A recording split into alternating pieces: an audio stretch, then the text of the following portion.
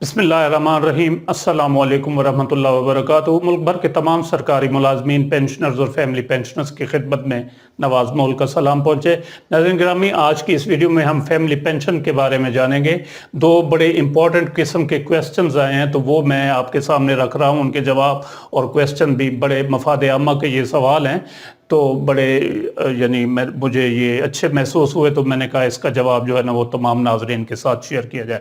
पहला सवाल ये है कि एक पेंशनर है, वो फौत हो गया है और उसने अपने पीछे दो बीवियां छोड़ी हैं, दो बेवाएं हैं उसके और दो बेटे भी हैं। तो बड़ी जो बेवा उसकी बीवी है, बड़ी बेवा यानी उसकी, तो उसका ये क्लेम है कि उस सालिम पेंशन उसको मिलनी चाहिए क्योंकि वो बड़ी है और उसके दो बेटे भी हैं, कम सन हैं, जो 18 साल की उम्र जिनकी नहीं है, वो कम है, कमाने वाले नहीं हैं। तो चूँकि वो बेटे हैं उसके दो और वो बड़ी भी है, तो सारी पेंशन उसको मिलनी चाहिए। जबकि दूसरी जो बीवी है वो उसका क्लेम ये है कि छोटी है वो, लेकिन पेंशन जो है दोनों में बराबर तकसीम होनी चाहिए। और इसी नौइयत का दूसरा सवाल है कि पेंशनर फौत हो गया है, उसने अपने पीछे दो बेवा बेटियां छोड़ी हैं, बेवा बेटियां जो उसके साथ रिहाइश पजीर थी पेंशनर के साथ। तो उनमें पेंशन किस तरह तकसीम होगी, फैमिली पेंशन। तो इसमें जो पहला कानून है वो हम डिस्कस कर लेते हैं फेडरल का, वफाक का। वफाक में जो कानून डील होता है पेंशन, फैमिली पेंशन को डील करता है, वो पेंशन कम ग्रेजुएटी स्कीम है 1954। पेंशन कम ग्रेजुएटी स्कीम 1954 ये डील करता है। इसके मुताबिक जो पेंशनर अगर फौत हो जाए और उसके अपने पीछे बेवा, उसकी एक से ज़ायद बेवाएं हों और बच्चे भी हों जिनकी तादाद 4 से ज़ायद ना हो, 4 से ज़ायद ना हो बेवाओं की तादाद और बच्चों की तादाद, बच्चे जिनमें जो इसमें एक्सक्लूड होंगे, जिनकी एज 21 साल से ज़ायद हो जाएगी तो वो इस कैटेगरी में नहीं आएंगे। और अगर मैरिड डॉटर्स हैं तो वो भी इस कैटेगरी में नहीं आएंगी, जो जिनकी उम्रें कम होंगी इससे। जिस तरह इस केस में है कि उसकी उम्र 18 साल से कम है और उसकी बेवा भी दो हैं, तो टोटल 4 हो गए। यानी अगर तादाद 4 होगी तो फिर पेंशन जो होगी, फैमिली पेंशन, वो बराबर तकसीम होगी, बराबर बच्चों में भी और बेवाओं में भी बराबर तकसीम होगी अगर तादाद 4 होगी। और अगर तादाद 4 से ज़ायद है, 4 से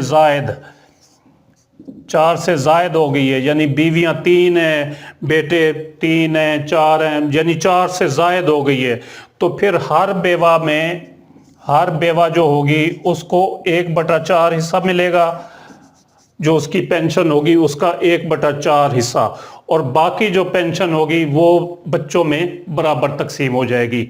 इसी तरह जो पंजाब का कानून है, पंजाब, वो भी Punjab civil services pension rules 1954, वो भी तकरीबन यही है। उसका रूल 10.4 डील करता है फैमिली पेंशन को। रूल 10.4 1954 का कानून जो है पेंशन का, वो डील करता है। तो पंजाब और वफाक तकरीबन एक ही हैं और दीगर सूबे भी जो है ना वो वफाक को पैरवी करते हैं। तो ये कानून है कि अगर 4 बेवाएं और बच्चे होंगे, उनकी तादाद 4 होगी, 2 बेवाएं हैं जिस तरह और 2 बेटे हैं 4, तो इनमें पेंशन बराबर तकसीम होगी।